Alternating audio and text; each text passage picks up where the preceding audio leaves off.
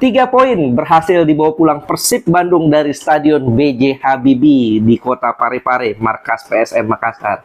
Dengan kemenangan ini, selangkah lagi Persib akan meraih hat-trick gelar di Super League musim ini. Bagaimana ulasannya kita bahas dalam Tendangan Bebas Bung Ais.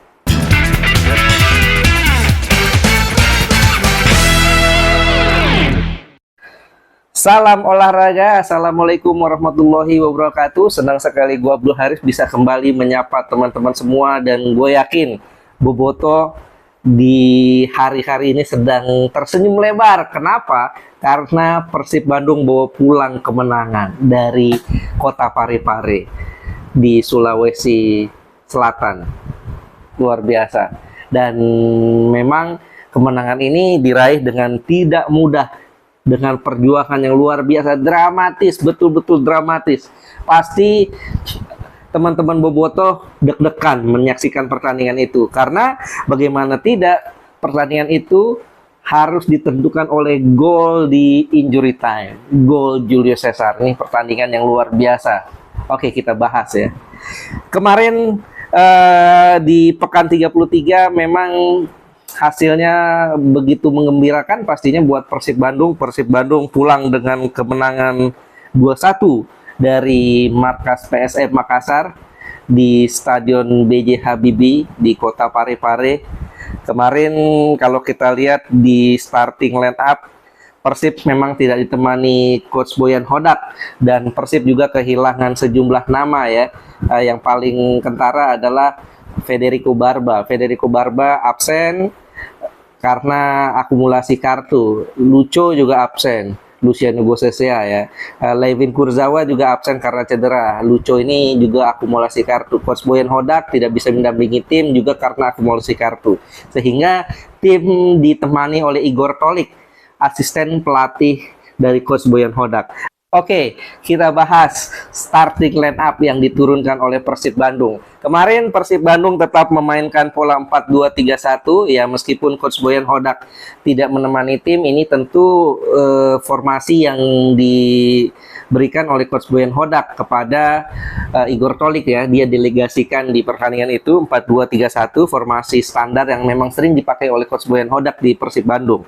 Di posisi penjaga gawang Teja Paku Alam yang dimainkan, kemudian di posisi bek kanan Kakang Rudianto yang mengisi slot pemain U23, kemudian dua center back ya. Dua center back, absennya Federico Barba diisi oleh Julio Cesar yang berduet dengan Matricardi, dan di bek kiri Elian Nurindes. Di tengah Adam Alis yang diplot sebagai box-to-box midfielder. DM-nya bukan Mark Klok. Mark Klok masih dicadangkan. Yang dimainkan adalah Frans Putros. Kemudian attacking midfieldernya ada Tom Hai. Di sayap kanannya itu ada William Barros. Sayap kirinya Berginho. Ya, ini pemain sering tukar-tukar posisi ya. Dan di depan yang dimainkan adalah Ramon Tangki. Sementara Andre Jong masih duduk di bangku cadangan. Sementara di PSM Makassar, asisten pelatih Ahmad Amiruddin menurunkan formasi yang juga mirip-mirip ya, 4-2-3-1. Di posisi penjaga gawang ada Hilmansyah, kemudian kanannya ada Lagator, dua center back ada Yuran Fernandes dan Neto, di sebelah kiri ada Victor Luis, dua holding midfielder ada Rehan dan juga Reski Fandi, attacking midfieldernya ada Savio Roberto. Sayap kanan ada Victor Detan, dan sayap kiri ada Eka Pratama, dan di depannya ada Boboev ya, strikernya. Ya, ini formasi yang cukup solid juga ya yang dimainkan oleh PSM Makassar. Dan kemarin kalau kita lihat Persib sepertinya agak kesulitan untuk bisa menembus barikade pertahanan dari PSM Makassar. PSM Makassar mainnya rapi. Sejak awal mainnya mereka rapi, memberi pressure yang ketat kepada para pemain Persib, sehingga Persib kesulitan untuk bisa mengembangkan permainan. Tapi jangan lupa Persib ini punya pemain-pemain kreatif, dan diantaranya ada Berginho dan juga Tom Hai. Di menit 33 akselerasi Berginho dari sayap kiri, dia melihat Tom Hai berdiri kosong ya, tidak terkawal di depan kotak penalti dari PSM Makassar, dan dia bukan umpan crossing, tapi dia umpan datar. Dan umpannya ini akurat sekali. Menurut gue ini umpan berkelas ya. Dia umpan dari sayap kiri cukup jauh ya ke tengah, mencapai dengan kecepatan yang sangat baik mencapai kaki Tom Hai, dan Tom Hai saat terima umpan tersebut dia lihat posisi Juran Fernandes. Juran Fernandes mencoba menutup, tapi Tom Hai melakukan capping ya, dia capping ke sebelah kiri, dorong sekali dan shoot masuk. Ini gol yang sangat luar biasa, gol yang keren menurut gue, yang menunjukkan kualitas Tom Hai. Ya, wajar ya kalau Tom Hai dibilang sang profesor. Ini menjadi gol kelima Tom Hai di Super League musim ini, 5 gol, 5 assist dari 27 penampilan. Dan memang ini pemain yang layak dipertahankan lah oleh Persib di musim depan. Tapi setelah gol tersebut, PSM tampil menekan. PSM tampil lebih menekan, lebih keluar menyerang, membuat pertahanan Persib agak keteteran ya. Babak pertama selesai dengan skor 1-0 untuk Persib Bandung, dan di awal babak kedua asisten pelatih Persib Igor Tolik ya yang menemani tim melakukan perubahan. Kakang Rudianto ditarik keluar, digantikan oleh Mark Klok. Dengan masuknya Mark Klok mengisi posisi DM ya, ini membuat Frans Putros kembali ke posisi semulanya, yakni bek kanan, posisi aslinya. Ya emang Frans Putros ini bisa memainkan beberapa posisi ya, bek kanan, bek kiri, ataupun DM, ataupun center midfield juga dia bisa.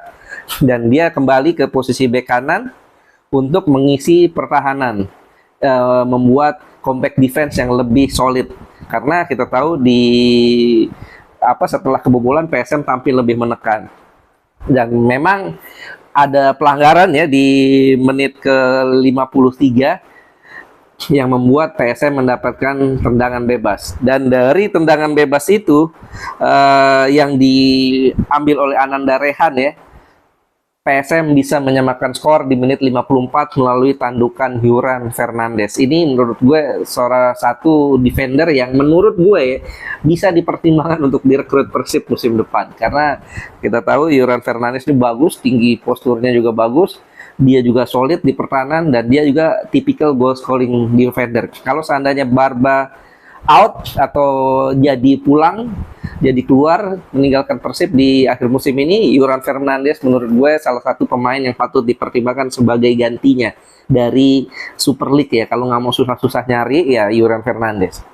Kemudian ya setelah gol tersebut ya Persib dalam tekanan, sehingga banyak sekali tekanan yang dialami Persib ya, karena PSM juga tampil sangat agresif sekali.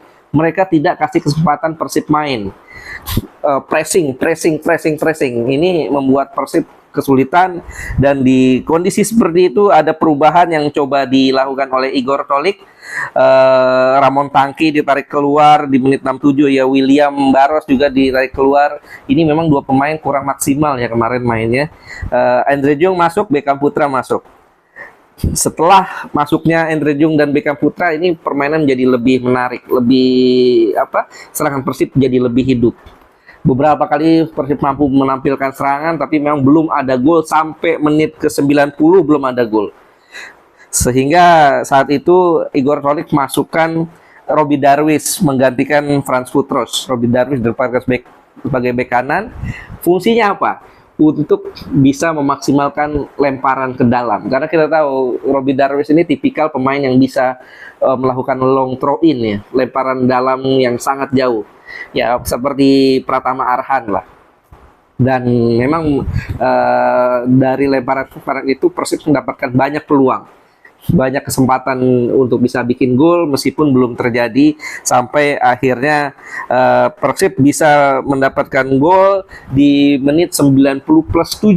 Ini bisa dikatakan detik-detik terakhir ya, karena additional time-nya atau tambahan waktunya itu 7 menit. Ini Persib bisa cetak golnya 90 plus 7 lewat tandukan Julio Cesar. Jadi dari umpan atau corner kick yang dilakukan oleh Tom Hai. Artinya Tom Hai di sini menurut gue layak disematkan sebagai man of the match, karena dia bukan hanya cetak gol tapi juga cetak assist. 1 gol 1 assist dicetak oleh Tom Hai di pertandingan kali ini. Dan total 5 gol 5 assist dibukukan oleh Tom Hai. Ini luar biasa pemain satu ini, menjadi motor serangan yang sangat ciamik untuk Persib Bandung. Ya, dengan kemenangan ini Persib tetap di puncak klasemen. Dan yang paling penting lagi, di pertandingan lainnya di Jepara ya, Borneo FC kehilangan poin. Ini seperti yang gue bilang, Borneo berpotensi kehilangan poin. Kenapa? Karena Persija kalau main di kandang itu susah dikalahin. Dan terbukti Borneo hanya bermain imbang 0-0, membuat Persib unggul 2 poin di puncak klasemen. Sekarang kalau kita lihat klasemen ya, Persib di puncak klasemen dengan poin 78. Sementara Borneo dengan poin 76 setelah mereka imbang 0-0 menghadapi Persija Jepara. Dan Persija di peringkat 3 dengan poin 68, Persebaya di peringkat keempat dengan poin 55, Malut di peringkat kelima dengan poin 53. Ya, dengan kemenangan ini Persib hanya butuh 1 poin lagi di pertandingan terakhir saat main di kandang sendiri di GBLA di depan Boboto saat menjamu Persija Jepara. Sementara di laga lainnya Borneo akan menjamu Malut United. Ini tidak mudah pastinya. Ya, sekarang semua ada di tangan Persib. Selangkah lagi 1 poin saja. 1 poin lagi Persib bakal juara, hat-trick gelar. Setelah 2 musim back to back champion, sekarang potensi hat-trick gelar ada di depan mata. Selangkah lagi, 1 poin lagi. Artinya Persib patut menyelesaikannya dengan cara yang sangat baik di depan Boboto sendiri. Pesta juara bisa digelar di GBLA.